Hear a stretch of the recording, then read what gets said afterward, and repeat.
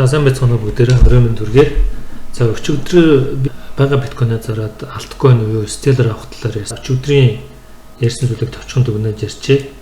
За энэ крипто өвөл болсон. Үүнээс хойш одоо ингээд 3100-аас хойш ханш өсөөд одоогийн мэдлэр 9146 дээр ирсэн байна.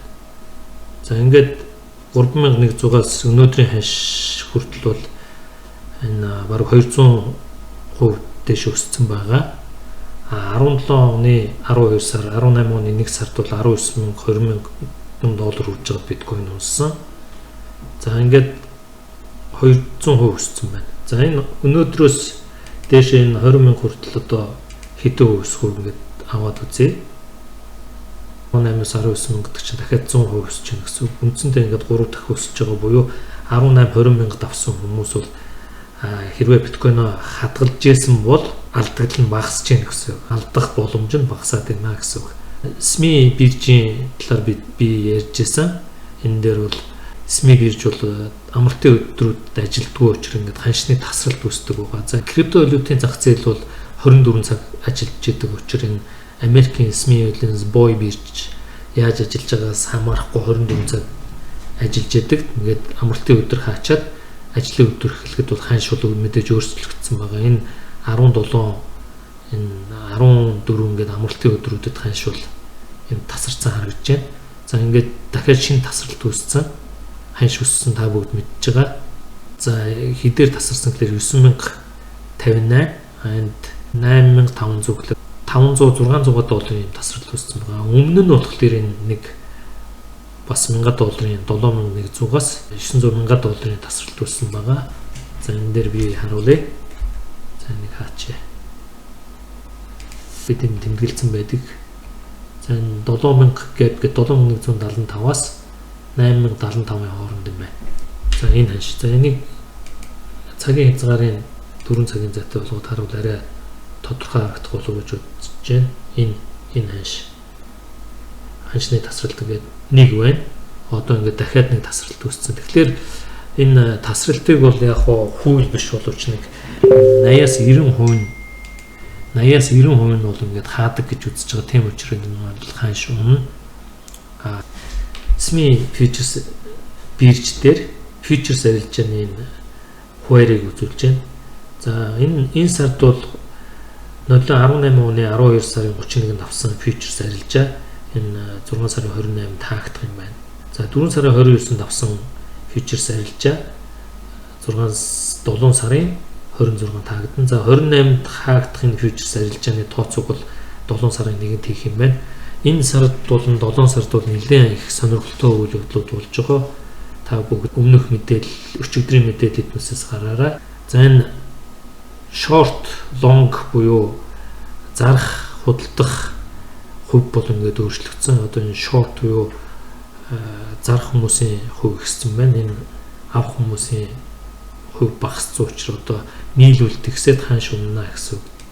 За BitMEX дээр энэ яг уу бас харуулсан байна. Тэгээд энэ бүгдээс ингээд тодорхой хэмжээний дүгнэлт хийхэд бол энэ ханш бол баг зэрэг унах магадлалтай.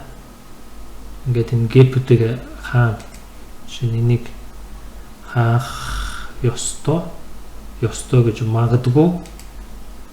За жишээ нь одоо бол юм байна тийм ээ. 4 цагийн та ингээд доош унаад ямар ч үсэн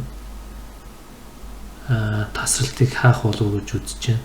За ингээд 8,000-ын түвшин рүү орох юм бол доошоо чөлөөтэй унаад энэ биднээсийн нөгөө энэ лөө ирэх нүг юу? Ямар ч үсэн ихний одоо унах магадaltaй ханш бол ингээд 8,500 400 рүү орно. Тийм учраас энэ доор багт авсан хүмүүс бол 9,000-аас дээш гарц үед арилжаа хийж чаддаг бол ашиг нь буурна гэсэн үг. Дээрээс авсан хүмүүс бол харин энийг бол одоо зарахгүй мэдээж буцаад үсгийг хүлээх юм шаардлагатай болох болов. Бид бол заавал ингээд ханш авсан ханш руу чинь дөхөхгүйгээр одоо байгаа биткойноо зараад бусад альткойн руу хуургаад энэ өсөлт нь биткойноос илүү өсөх магадлалтай криптовалют болгосон зөв үү гэсэн юм зөвлөгөө өгж байгаа. За ингээд цаашаа явъя. За Cointelegraph дээр энэ биткойны Libra блокчейн дээр зохиогдсон криптовалютын white paper буюу яг энэ стартап төсөл нь эхэлж байгаа талаар ингээд энэ гарсан байна. Саяхан 3 цагийн өмнө энэ талаар би өчигдөр бас бичсэн байгаа. Та бүгд ажиглаарай.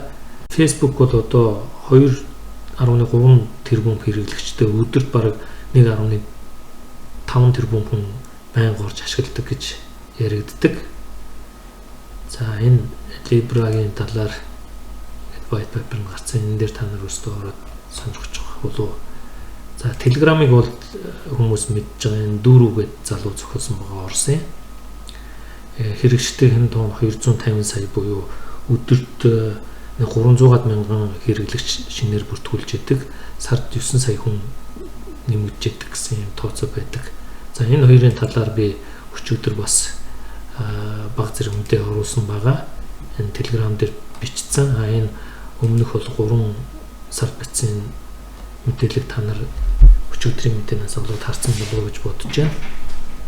За дараагийн нэг мэдээлэл бол Brave гэдэг энэ браузер байдаг.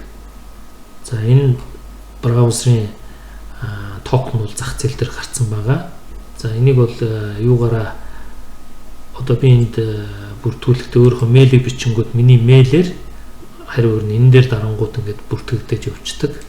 Ингээд бүртгэл гаргаад ир. Telegram-ыг бол та бүгд ингээд утас компьютер дээрээ суулгаад ашиглаар энэ айгүй сайн хүчрхий тийм мессенжер чат айгүй олон үйлдэлийн одоо цаашаа функцтэй юм бүтээгдэхүүн байгаа.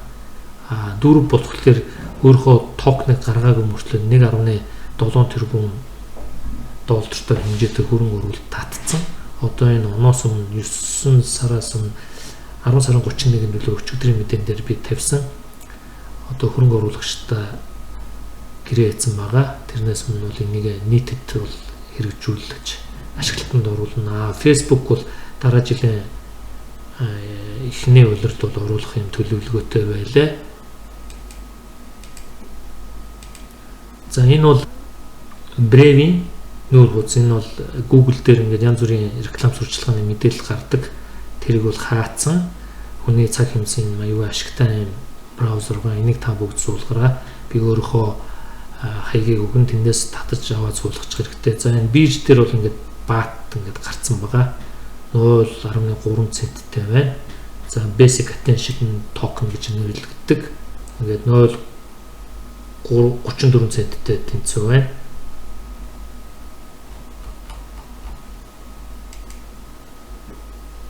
За ингээд вебсайт руу орж үзье. Энэ маш сайн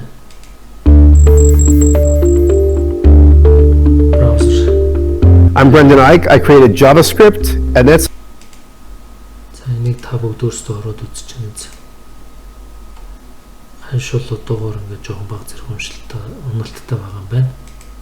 За ингээд би өөрийнхөө мэйлээр ороод ингээд бүртгүүлэнгүү тийм хуудас руу ороод ирж байгаа. Ингээд надад бол энэ браузерын талаар хүмүүст мэдээлээд өөрийнхөө бүртгэлийн хаягийг өгөнгөт энэ бат токеныг өнгө өгж байгаа. За над би бол одоохондоо надаас 114 хүн энэ браузерыг татаж суулгасан.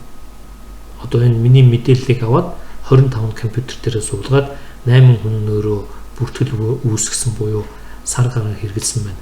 Хэрвээ та миний хаягнаас аваад энийг татаж суулгаад хэрэглэх юм бол тийм бат токен өгдөг. Өөрийнхөө реферал хаягийг нь Twitter, Twitch, channel, YouTube гэдэг юунуудаа хаягнуудаараа бүртгэлээр танд энэ реферал хаяг гараад ирнэ. Жишээ нь ингээд энэ реферал хаягаа копидж аваад би танд өгчнө.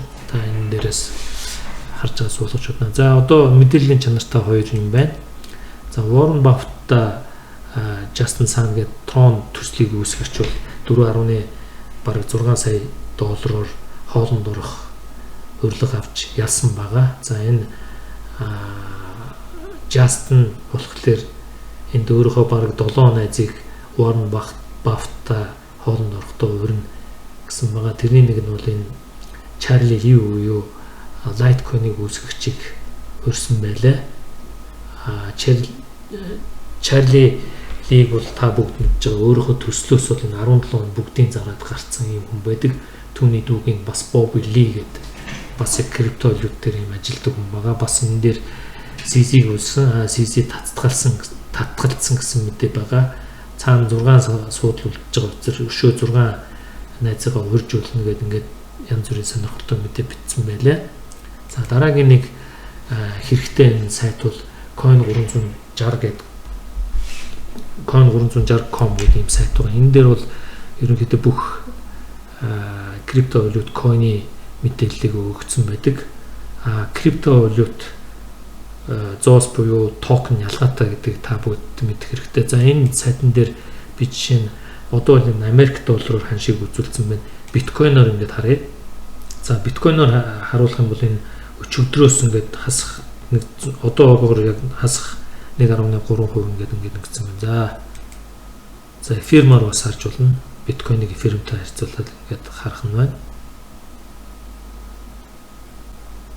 За ингээд нэг биткойн бол 34.32 биткойнтой ажиллах гэдэг. Ингээд та бүгдийн криптовалют евро, доллар, юан эднэсээр ингээд харчиж болох нь байна.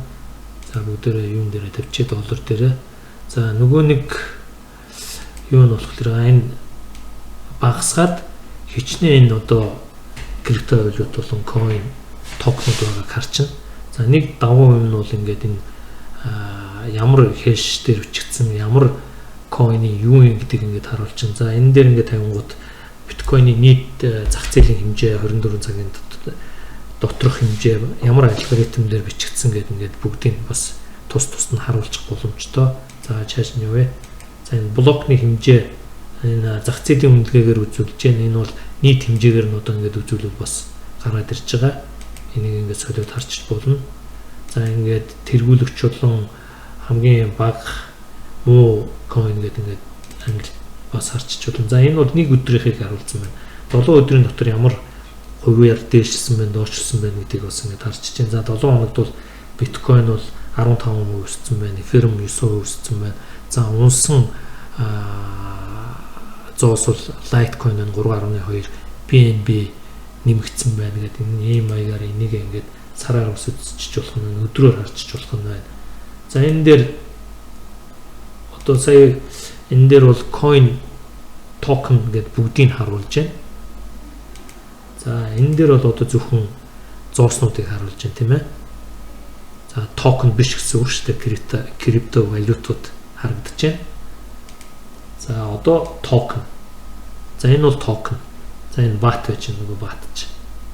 За иймэрхүү мэдээлэлүүд байна. Ингээд та бүгдэд анхаарал тавьсанд баярлалаа. Баярлалаа.